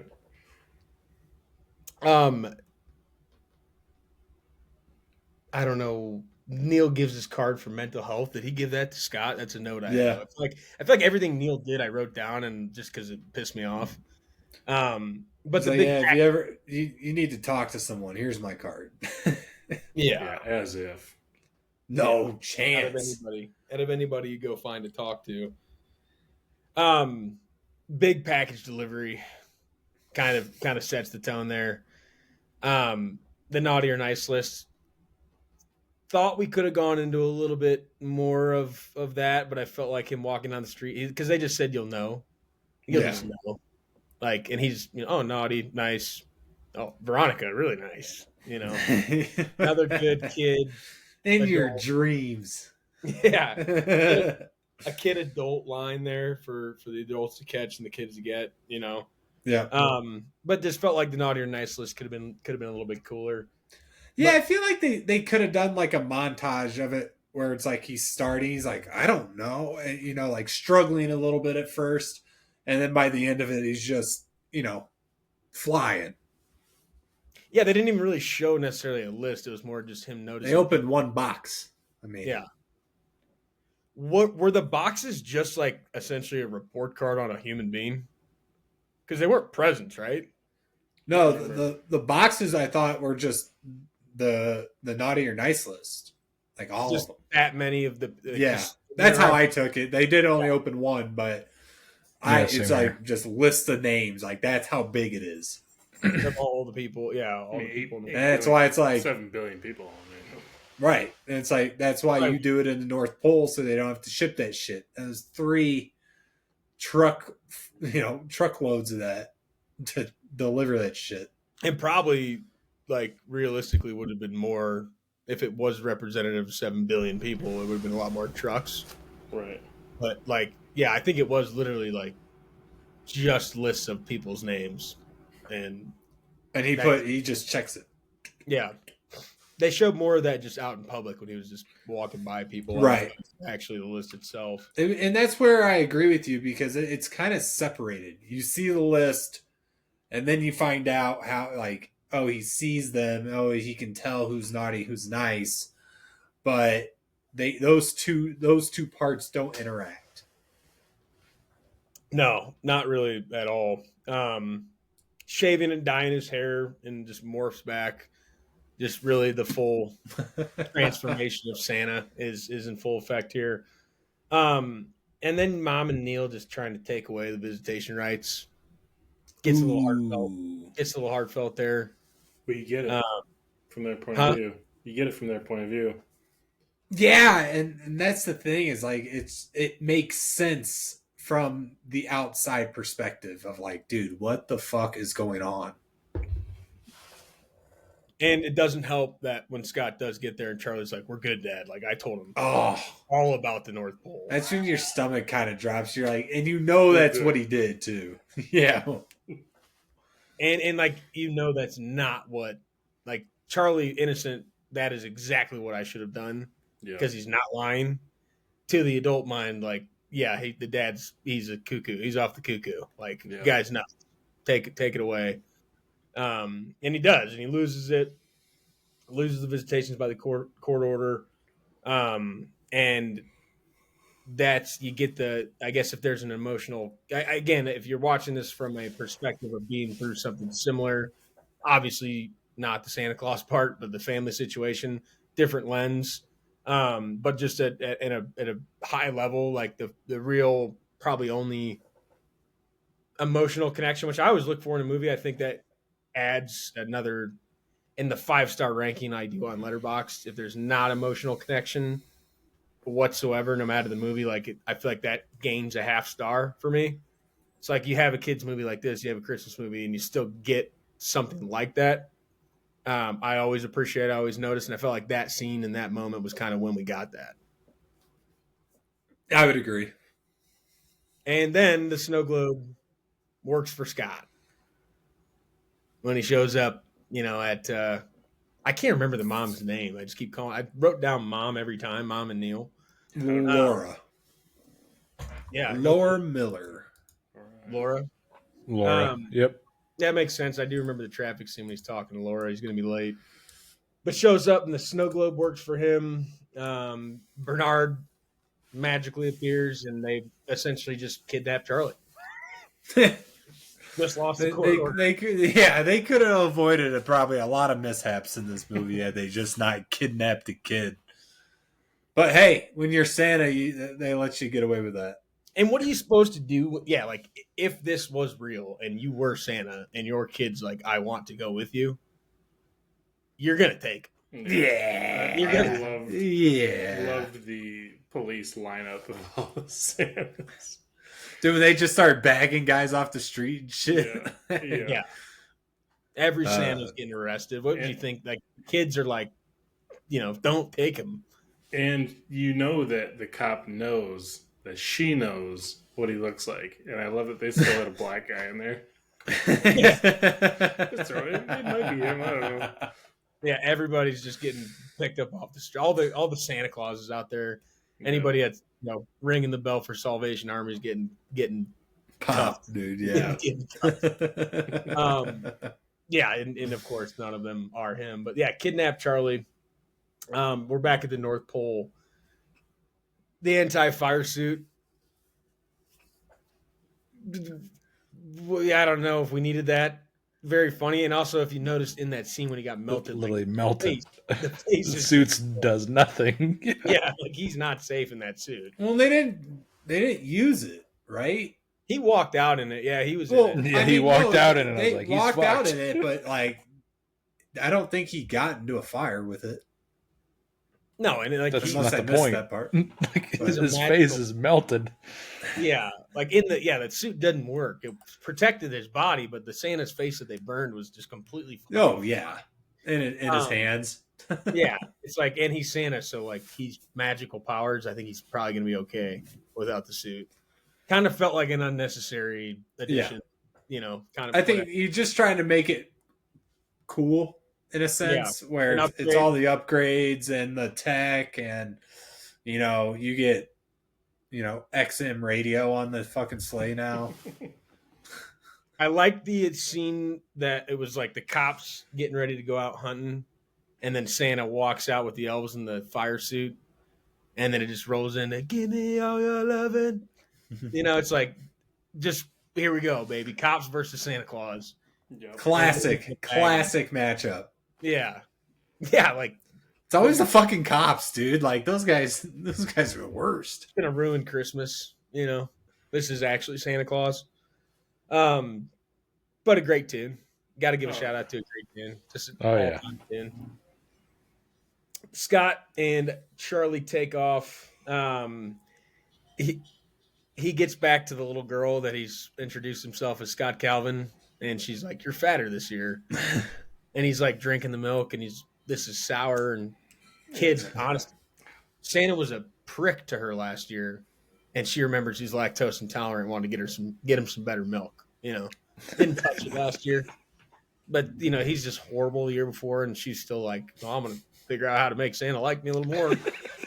Get some soy milk, and at this point, held on to that for an entire year. Yeah. Oh, you see Santa Claus, you're gonna remember. Yeah, yeah, you're never gonna forget it. Imagine being the parent of that child, and it's like, "Mom, we have to get soy milk this year." What the fuck are you talking about? Yeah, she was probably drinking soy milk for a whole year too. Yeah. And it wasn't just that weekend. Yeah, soy milk. They go to Laura's house, drop off presents. You had to have known that was coming. I mean, you can't act surprised when the entire police force is scoping out that house after you kidnapped their child, and then you say you're Santa, so you're obviously coming back. I mean, yeah, from that point of view, yeah, it looks.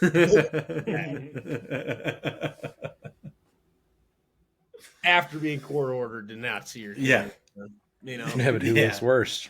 The context of this situation. Santa. Yeah, I mean when they got his ass, like the kids are outside just bawling essentially. Like you can't arrest Santa. Yeah, you are public enemy number one, even though you are the good guy in that situation. Hold on, I don't think they read him his Miranda rights. Now that you mention it, Trav. Didn't get that part.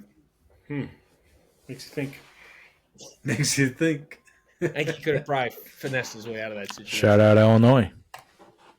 Yeah. Yeah. Was this in? I think it was. Yeah. Lakeside. I was trying to make that AKA Chicago for a second. Okay. Yeah. I was like, all right, is that Miranda Santa rights? Can't even get his what personal rights or whatever the hell. Like Santa Claus can't get them, then you're not getting them. So get in the car, Santa. Shit, he got treated better than all the other Santas, man. True. That was the real one. Yeah. Every mall in Chicago got fucking ransacked. Dude. Yeah. All the Santas just getting bagged would be. Could you imagine just seeing that? The Santa's getting cuffed and walked out everywhere you're going, looking for one guy. Like, what is going on? It's like you think about like the clowns that we talked about a while ago. They're like scaring people out in public. Like Santa Clauses are just getting bagged, just getting put in the back of cop cars. They deploy ELFs, the Effective Liberating Flight Squad. I had to rewind and pause to see what the acronym was because it was too long for me to read in that short period of time. And this kind of goes to the animation point you're talking about. The elves taking off and flying. It's kind of like their SEAL Team 6 of elves to go save Santa. It gave me some Peter Pan vibes. The flying in this, where you just felt float. that way with the North Pole giving me Willy Wonka vibes because you got elves, you got Oompa Loompas, you got the toy factory, you got the chocolate factory. Like I was getting a little Willy Wonka vibes at the North Pole too. That's fair. I feel that. That's fair. The way that the elves get him out of jail is cool. They just they walk up to the desk and get some tinsel. He goes, "I'm your worst enemy." They really just, yeah, they really just rolled it. And see, I would think they'd try to be more secretive, but they were pretty much like, yeah, you can know we exist. Maybe they forget about it later, but you always try to hide that you exist. That's always kind of a theme in other movies. Elf, for example, where if you don't believe, you don't receive that type of thing. And this one doesn't have that concept, so they just go in there fucking guns blazing. Like, That's a good point. I didn't really think about that either. we're pulling them out of here. It does typically, like, they're just kind of showcasing them flying around. People see them, like, we do exist. No one questions it. You kind of, So I'd be in a little bit of shock. been like, what the fuck was that? Yeah, this is elves flying around. Wrap the cop up and break Santa out of there. And I think that's kind of like they get Charlie, they break Santa out. Scott, they get him back home, like, hey mom, I'm home. Like Charlie again, still as innocent as can be, like doesn't understand the bigger concern or like anything his parents are worried about, or his mom at least is worried about. And then he just kind of rolls back in there, like, hey, yeah, I'm home. All right, well, you can forget about all the cops after you. That doesn't matter. Or the fact that you violated the court order. I can see that you're Santa, so everything's good now. Yeah, like she does realize at that point because Scott tells Charlie he's got to stay, can't go with, and then they're like, "Oh my God, he is Santa!" Like that. It's just another quick kind of realization moment. Like he is actually Santa Claus. Just I don't know if it was the way he was talking to him, or like what made her kind of finally believe. But I think it's everything. Just the whole situation. Where did they go? They straight up disappear. It's Christmas night. He put on weight in like 2 weeks of like 200 pounds. Yeah. And grew a beard, went all white. You know what I mean? Like the circumstances of his transformation are very hard to ignore after everything that happens on Christmas Eve. Yeah. Yeah, I agree. I mean, at that point, like, what other explanation is there? Like, Neil hugs him. Oh, you're Santa. Yeah, Neil realizes it too, and cool point that Neil and Laura got the presents that they both talked about not receiving when they stopped believing in Santa. Scott drops them down, And those were like some of the theories that like are around this movie where the old Santa was like not taking his job seriously. And so like the elves orchestrated all of this. So it's like leading all the way back to like those situations of not getting the thing you wanted is how like they swap out Santas and everything. Super, like it goes really deep. I can imagine just like this movie alone, just the way that, I mean, falling off a roof and dying and just disappearing. Yeah. It's like, yeah, just buried. Yeah. And then never see his face. He's just buried in the snow. Because like, what if he doesn't pick that up? Like, what if he doesn't pick up that card? Or he just goes back inside. Wow, that was fucking weird. Yeah, what happens next? Great question. And goodbye, Christmas. That would be the if you want to poke a hole in the storyline and how the next Santa comes about. If he doesn't put the suit on, who the hell is going to be Santa Claus? Just the next person that happens to walk by and decide to have a filthy outfit on that's way too big for me. Just like a dog that comes through and like crawls into the suit. Now, reindeer scoop him up. There we go. All of a sudden, the dog can talk. Hey, we might be onto something. Might be onto something. It could have happened. A very bluey Christmas. Yeah. And we end with this nice classic Scott's Santa Charlie sleigh ride. Don't go across any oceans. Scott, again, it's just a bare bone classic 90-minute, what you expect Christmas movie. Tim Allen's great. I thought the acting was good. Story's unique. Some of the things they did. Some of the story's unique. Some of it's we see all the time. But that again, it's a fine scope for a Christmas movie that's Disney, age group targeted, like very on par with what I would have expected. I have seen it. It's been a long time. Didn't remember all of it. but on par with kind of the expectation. I just remember the hype that the sequels got when we were younger. Like, holy shit, they came out with another Santa Claus. And then, Well, especially the third one. yeah. Third There's one a I was out lot on. of hype. Second one was okay, but Yeah. I was out on the third one. I agree. Like, when movies go too far, it kind of feels like it ruins the franchise. They didn't And especially go to 2. No. But, I mean, 2002 was Santa Claus 2. 2006 was the third one. Yeah, You know what 2002 I is think 10 years we later. miss out on nowadays that we used to get. We were kind of spoiled.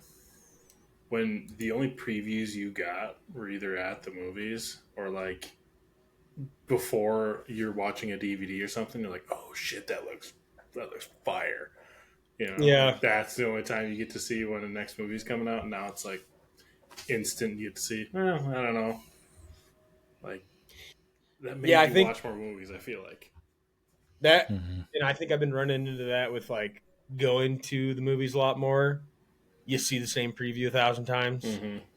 and you're like, you either really want to see it or you kind of like, did they just tell me the whole story in the preview? Right. It does Yeah. it loses the effect of like really not knowing, or maybe you saw the preview once Mm-hmm. and you wait for that movie to come out. Oh. You know. Kurt, did you say this earlier? I might have said it wrong, but the Mrs. Claus and the Robot Santa are the second one. And then it's Jack Frost for the third one. Yes, no, you're right. Yep. Is it- I mixed them up, but yeah, Jack Frost is the third one. And the second one has the Easter Second Bunny and all one the is- other Father Time, Mother Nature. Yeah.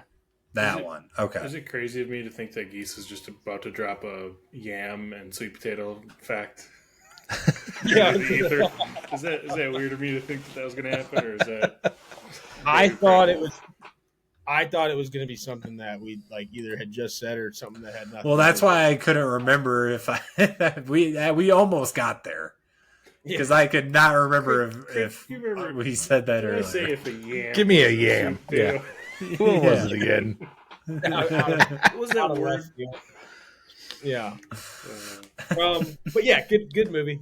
It's about the way you describe it. great way to Good movie. kick off Yeah. Christmas. Yeah, that is. Yeah. I feel like our review of this may have been affected if this was like the fourth one that we watched. Like this fell at number one at a good point. Shout out the wheel. The wheel's never wrong. Nope. That's the magic conch. The magic.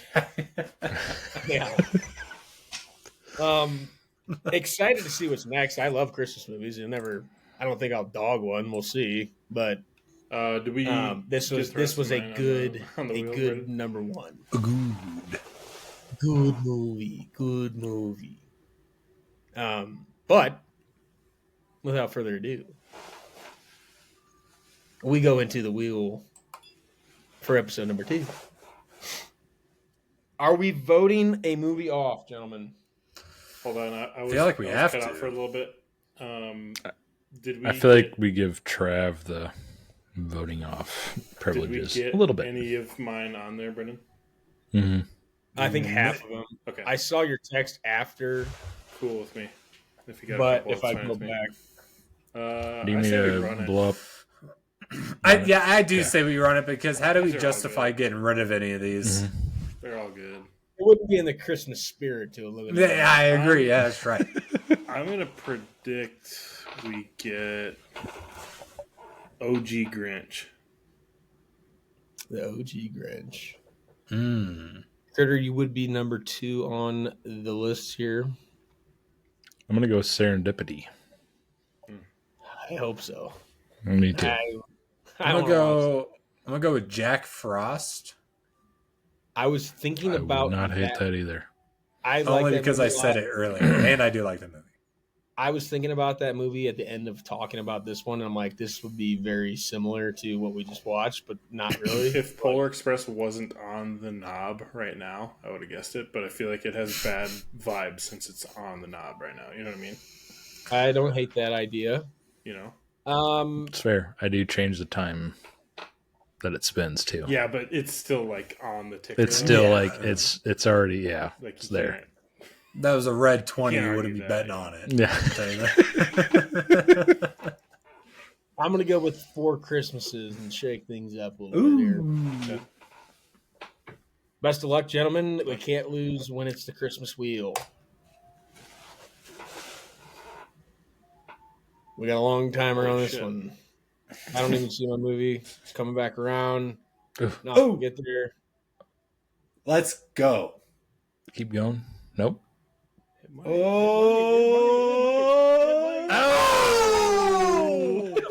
Oh, I love this one too. Wow. Talk about a different movie. Dude.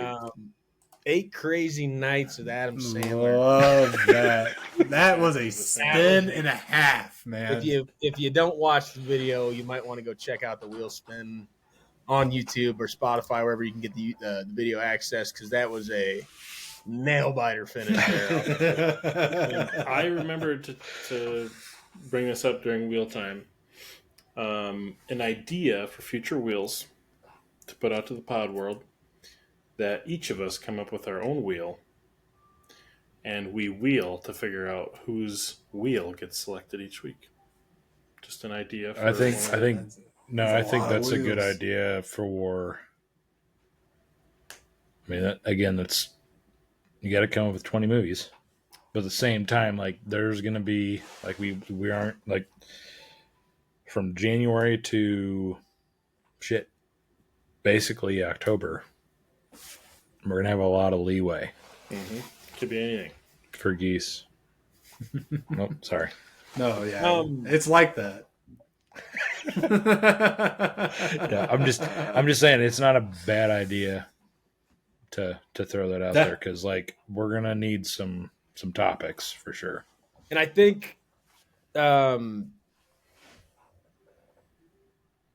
it would still be good to probably keep it at a decent number, because with that being your own wheel, there's inevitably going to be movies on multiple. So if let's say we narrowed it down to 10, if 4 of us, or I guess there's 4 of us, if all 4 of us had 3 identical movies, then it's pretty much guaranteed to be on every wheel. There still will be added or more added element of like different movies, but if we Or is limit- each of our wheels different categories? Like, then you pick what is on your wheel, whatever you want it to be, and That then could you just spin. be just a complete random month. Yeah. Just that would have to be a month. Yeah, I think if we're doing it the way Trav's describing, it's one topic, because each week we would decide which wheel we're spinning, not like your wheel. Oh, okay. Your wheel's not the whole month. Yeah. So interesting. Yeah. A little more legwork, just want to throw it out there. but it's all right. It would be fun. We could trial run that for sure. I think that'd be fun. Yeah. Then we have no idea what actually is on anybody's wheel. So I don't know how. I mean, that's a little more work for. I guess not that much more work for Crit, but if we give him the movies, Yeah. spin the wheel to figure out. We all have the login. You can make your wheel if you want and save it. spin the wheel to get You the see, wheel. like, It's just a- how business what a goes. what a concept. A lot of wheel activity. Well, coming at not you just guys. that. It's like I don't know. I think we could workshop this to maybe we just spend like, okay, this is Trav's category for January. This is Geese's category for February. Brennan's March, and like kind of do it that way too. And then we can all still pick and draft. But yeah, Yeah, it will be interesting. Now, keep in mind that when this is all happening, it's going to be pretty close to Christmas time. we're still doing Christmas.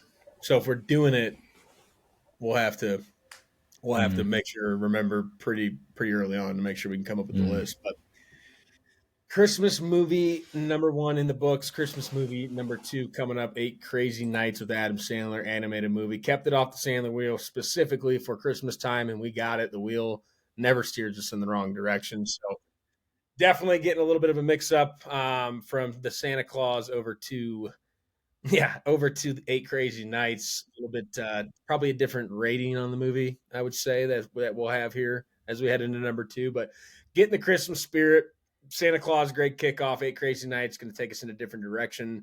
Still going to be happy about doing Christmas time holiday season, really Thanksgiving, Christmas, best time of the year. Hanukkah. Hanukkah, Kwanzaa, you name it. We got them all. 8 Crazy Nights, I'm pretty jacked up for that one. I'm sure we'll be able to find that one streaming somewhere as well. I think most of these movies, I know we got unlucky with football season movies being on all streaming platforms, but Christmas, as we talked about earlier, the niche, they don't miss on getting all those things streamable for you. So 8 Crazy Nights, episode 2, guys, make sure you watch that before you tune in next week. I am going to see a movie tomorrow, so by next episode, you are going to get a little bit of a recap of a movie that's out in theaters now. We want you guys to get out there. We want to hear about what movies we should go see because we go quite a bit. And we still want to find a way to get you guys to build out a wheel of our own. We talked a lot about wheel ideas tonight, and we're going to continue to have fun with the wheels. So tell us what movies we should go see in theaters. Tell us what movies or categories we should do next for series coming up post-Christmas episode. But when you guys do sit down to watch the movie with us, or you sit your butt in the seat to come tell us about a movie we should go see out in theaters, grab your popcorn and don't forget your extra butter. We'll catch you on the next one. Extra butter on the corn for me. Extra butter. I hope they don't charge a fee. But it won't matter anyway. I got a good movie to play. I'm gonna ask my friends to stay extra butter for me.